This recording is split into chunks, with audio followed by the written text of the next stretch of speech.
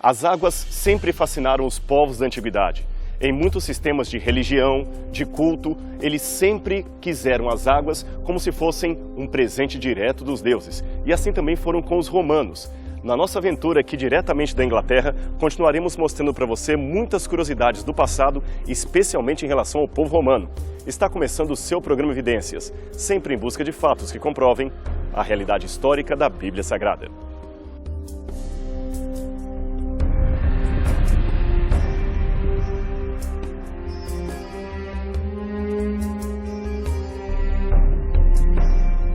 Esse lugar é realmente fascinante. Milhares de turistas vêm todos os meses aqui apenas para conhecer as termas romanas. Agora, o mais curioso é que até 130 anos atrás, nada disso era conhecido do público. Tudo isso aqui estava debaixo de terra, isto mesmo. Aqui em cima havia casas e ninguém sabia da existência desses banhos romanos tão antigos aqui. Até que alguém desconfiou que as águas que aqui havia quentes poderiam ser indícios de que no passado aqui houve um antigo balneário romano. Então os arqueólogos foram chamados, começaram um processo de pesquisa e escavação. As casas que aqui havia foram indenizadas, evidentemente, foram derrubadas e quando começaram a escavar, descobriram essas 3 piscinas que aqui há. Essas águas que aqui estão vêm de 30 quilômetros de distância e revelam a grande engenharia dos romanos da antiguidade. Daqui a pouquinho eu vou mostrar para vocês a piscina central, de onde todas as águas vêm até este lugar. Há mais uma curiosidade aqui também. Tudo o que você vê neste ambiente, da cintura para baixo, é originalmente romano. Apenas o que está acima é reconstrução do período vitoriano. Os romanos realmente foram um povo de grande engenharia, que tem muita história para contar.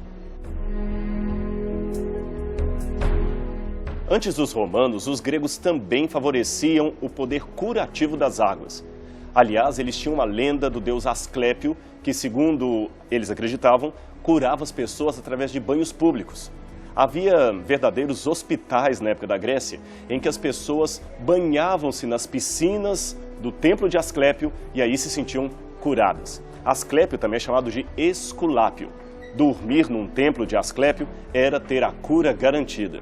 Em alguns desses banhos que temos na Grécia Antiga, é possível encontrar pedaços de pé, orelha, mão, cabeça, feitos de mármore de pessoas que, como um agradecimento à divindade por uma cura realizada, deixavam ali uma espécie de souvenir, uma lembrança do milagre alcançado. Os romanos, é claro, também imitaram o mesmo exemplo. E esta história de águas que curam perpassou por muitos séculos e muitas gerações. Aliás, aqui, na Idade Média, havia uma crença que no passado, cerca de 9 séculos antes de Cristo, não podemos precisar se essa história é real ou não, um líder tribal foi curado de lepra nessas águas. Como eu falei, até 130 anos atrás, ninguém sabia aonde ficavam os banhos romanos daqui, mas havia a lenda medieval de cura de lepra nas águas sagradas aqui da cidade de Bath, na Inglaterra. Se isso é verdade ou não, não sei. Mas na Bíblia também temos um evento curioso, em que Jesus, uma vez no tanque de Betesda, um tanque semelhante a este, curou um paralítico. Você se lembra dessa passagem? Havia, inclusive, naquele tempo, uma lenda que anjos de Deus balançavam as águas e as pessoas que pulavam ali primeiro teriam as suas doenças curadas.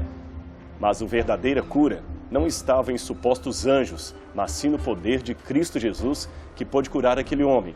E a sua história está maravilhosamente gravada hoje nas páginas da Bíblia Sagrada. Bem, aqui não é Betesda, mas pessoas que vinham aqui para se divertir certamente acreditavam nessas lendas. Os romanos chegaram aqui por volta do primeiro século antes de Cristo. Na época de Cláudio, eles dominaram aqui também a cidade por volta do ano 50. Há muitas moedas romanas encontradas aqui que dão a ideia da presença dos romanos neste local. Como eu disse, toda a parte mais abaixo aqui é original. Os romanos conheceram essas pedras. E aqui nós temos uma demonstração da arquitetura daquele tempo. Venha comigo e observe o que nós temos aqui. Bem no chão, você tem esse cano ainda original, que trazia as águas quentes desde uma piscina superior, e essas águas seguiam por toda essa tubulação, fazendo a regulagem de todas as piscinas que havia aqui. Aqui também nós temos uma outra curiosidade, e você pode, evidentemente, entender aqui como é que funciona o mundo da escavação arqueológica, como que mesmo no passado havia construções e reconstruções. Perceba que nós temos 2 níveis de piso aqui.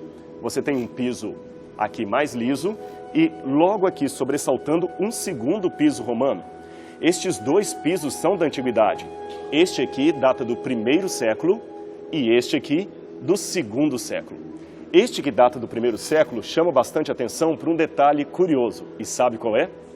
Essas pedras que você viu são semelhantes às que vemos nas calçadas da Jerusalém dos tempos de Roma. Exatamente, o mesmo engenheiro, a mesma engenharia que arquitetou as ruas de Jerusalém no período do domínio romano, também arquitetaram os pisos que você vê por aqui. Veja então, naquela época, os canos trazendo a água, cada um escolhendo a temperatura que queria. E havia uma coisa curiosa.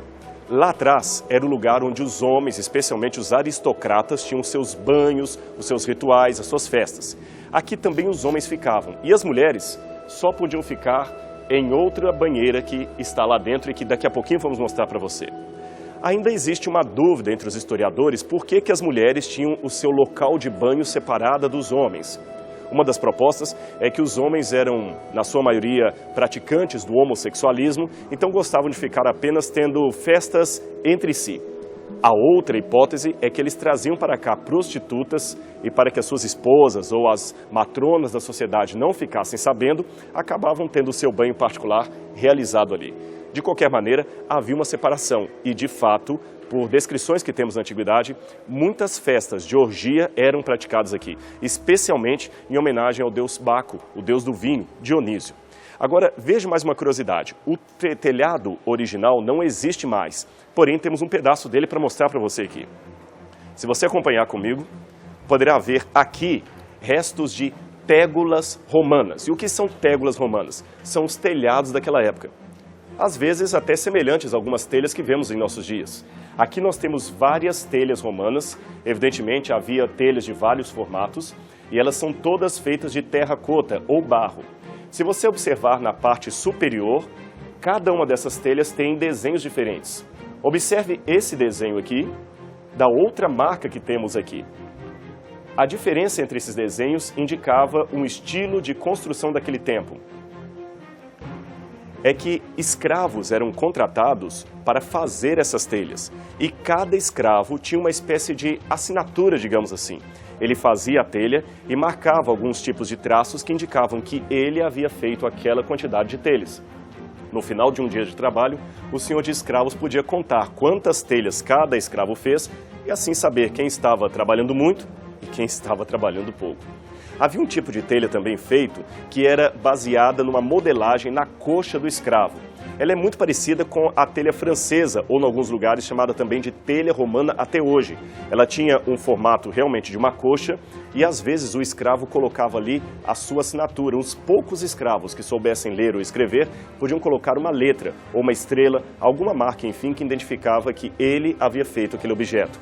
Aliás, desta prática de escravos colocarem o barro na coxa e a partir da coxa modelar a telha romana, é que veio uma expressão usada até hoje, fazer nas coxas, isso é, fazer às pressas.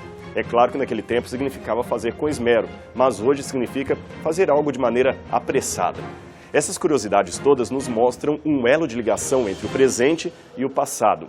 Ainda que a nossa realidade seja bem específica e própria de nossos tempos, e não devemos evitar e não devemos cometer erros de anacronismo. O que é anacronismo? Comparar excessivamente o passado com o presente, podemos sim encontrar um elo entre os antigos e a nossa própria vida diária. E quem sabe, aprender um pouco com as lições da história. Mas vamos continuar o nosso passeio, porque há muita coisa ainda para conhecer aqui dentro.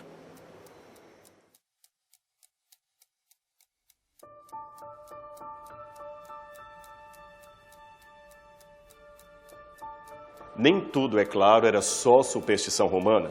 Havia também algumas ideias medicinais da cura através da água. Antes de entrarmos no salão das senhoras, que já mencionamos lá fora, havia esse ambiente aqui, onde as pessoas que vinham mergulhar tinham problemas de pele que eram curados por médicos da época que faziam tratamentos medicinais aqui. A água originalmente vinha por um cano que descia nessa região aqui central e as pessoas podiam descer por essas escadas. Os dois últimos degraus são originais do período romano, os demais são reconstrução. E abaixo você vê, num semicírculo, os bancos onde as pessoas se assentavam. Ali, através de águas, através de sais especiais e medicamentos, enfim, que eram usados, as pessoas tinham a sua pele curada de vários problemas que havia naquela época. Realmente, a água até hoje traz grande poder de cura, mas não gostaria de falar apenas da cura medicinal da água. Eu gostaria de falar da água como símbolo da cura espiritual promovida por Cristo. Ele, uma vez, no Evangelho de João, disse: "Eu sou a água viva. Aquele que vier após mim beberá dessa água viva e nunca mais terá sede." O Apocalipse também, lançando mão do mesmo simbolismo, fala das pessoas na cidade celestial bebendo do rio da água da vida. Quando a gente contempla no passado a importância da água para esses povos, lembremos, a Bíblia foi escrita durante esse tempo, fica mais fácil entender por que a Bíblia lança mão dos mesmos símbolos para dar um significado especial a coisas tão importantes como a salvação, a vida com Cristo e a redenção no Senhor Deus. Mas vamos continuar, que há ainda mais coisas para nós vermos na parte de dentro. Essa parte que você vai ver agora é a parte justamente das mulheres, aonde elas se banhavam. Aqui todas as matronas da sociedade vinham também para conversar, para ter os seus banhos públicos, enfim, para se divertir um pouco enquanto os homens ficavam na outra parte. Observe que há vários nichos como se fossem pequenas colunas feitas de terracota que colocavam o piso original da piscina num plano mais elevado. Ali no canto é possível ver ainda restos do piso original, dando-nos uma ideia de quão distante ele estava do que hoje podemos ver. Aqui então, embaixo, havia várias formas da água ser aquecida. Nesta parte superior que você vê aqui, é onde o escravo poderia esquentar a água. Aqui fogueiras eram preparadas, a água então era esquentada em várias temperaturas, assim oferecendo um conforto agradável a todos os homens que aqui banhavam. Mas esta outra sala anexa é que nos revela a maior surpresa. Aqui era onde os escravos particulares ficavam esperando os seus senhores com toalhas, mudas de roupa ou muita bebida alcoólica. Justamente aqui, as matronas da sociedade tomavam seus banhos, conversavam. Imagine as mulheres daquele tempo discutindo sobre moda, sobre culinária, sobre as suas preferências. Naquela época, muitas mulheres ricas vinham aqui para banhar-se. Aliás, era um alto status social poder frequentar um clube como este. Mas, ao mesmo tempo, tudo é passageiro. Hoje, não passa de uma exibição pública. E daquelas pessoas que aqui frequentaram, quase notícia nenhuma temos, a não ser os restos arqueológicos de um luxo que hoje não existe mais.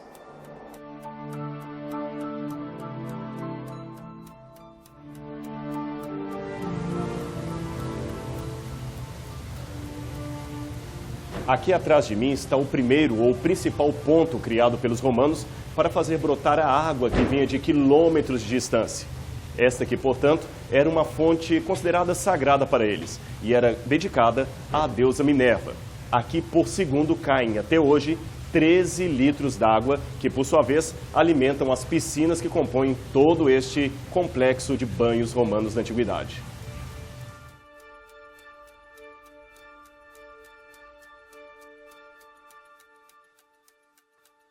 A confirmação do culto a Minerva aconteceu no século XVIII, quando acidentalmente alguns trabalhadores locais encontraram próximo aqui o resto de uma estátua desta divindade romana.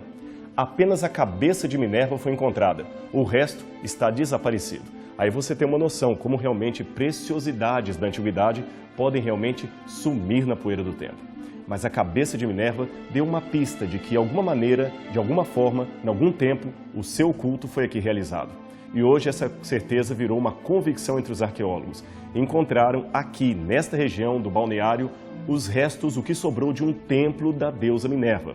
Vamos conhecer, portanto, esse templo e ter uma noção dos cultos e da liturgia que os antigos romanos realizavam aqui em homenagem a esta antiga divindade. Exatamente aqui, neste lugar, ficavam os restos do templo da deusa Minerva que foram então escavados pelos arqueólogos.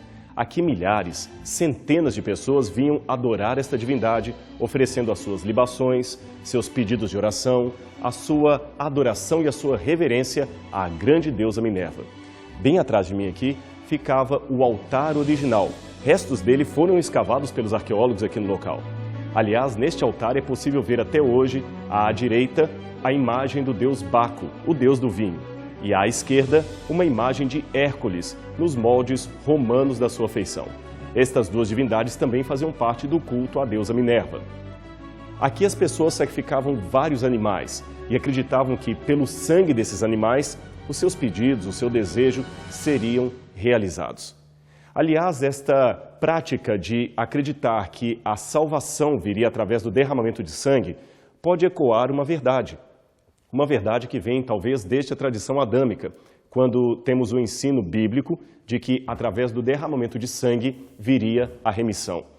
Não estariam os romanos aqui ecoando, talvez inconscientemente, uma grande verdade revelada por Deus, mas infelizmente distorcida pela prática pagã de religiosidade? Algo a se pensar. De qualquer modo, imagine comigo as pessoas vindo aqui para a sua adoração à deusa Minerva. Ofereciam aqui o sacrifício, o seu animal, viam sangue sendo derramado, viam fogo pegando, o incenso subindo supostamente até a deusa, adoravam a sua imagem, prostravam-se diante dela e aqui, bem em frente, viam o seu altar, o seu pequeno santuário, com todos os seus sacerdotes, com todos os seus líderes, com todos os seus religiosos e os seus guias espirituais.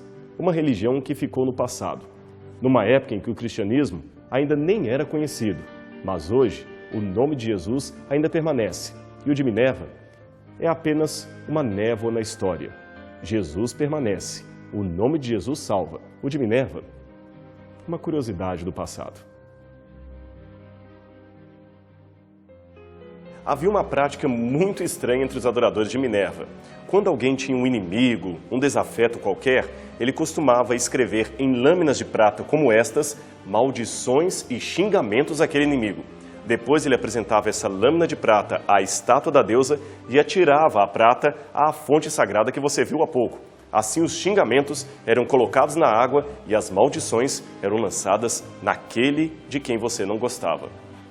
Que diferença da pregação de Cristo para a prática do culto à Minerva.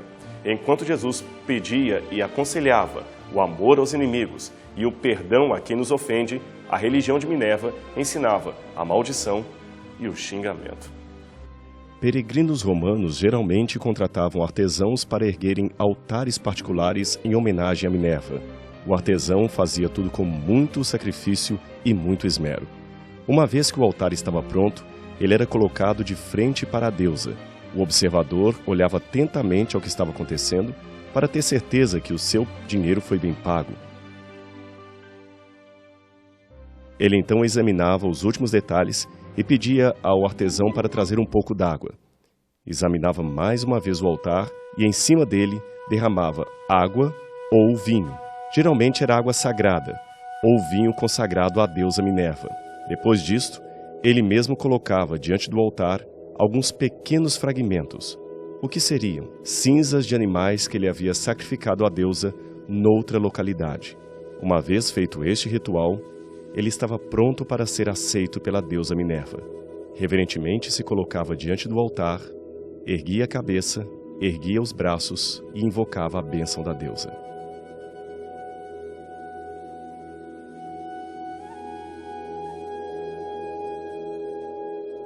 Os romanos também eram muito sofisticados na arte de fundição.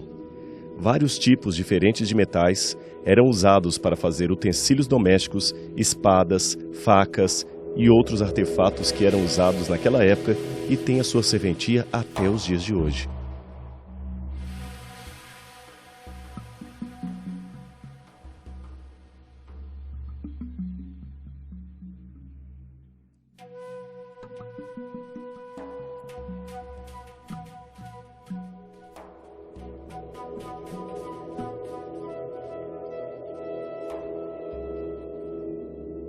Este foi um pouco de como funcionavam os banhos romanos da antiguidade, o culto à deusa Minerva e o dia a dia daquelas pessoas que viviam sob o Império Romano. Mas a nossa aventura não para por aqui. Na semana que vem, no próximo programa Evidências, continuaremos aqui da Inglaterra mostrando outras curiosidades da história para você, aqui na TV Novo Tempo. Até lá!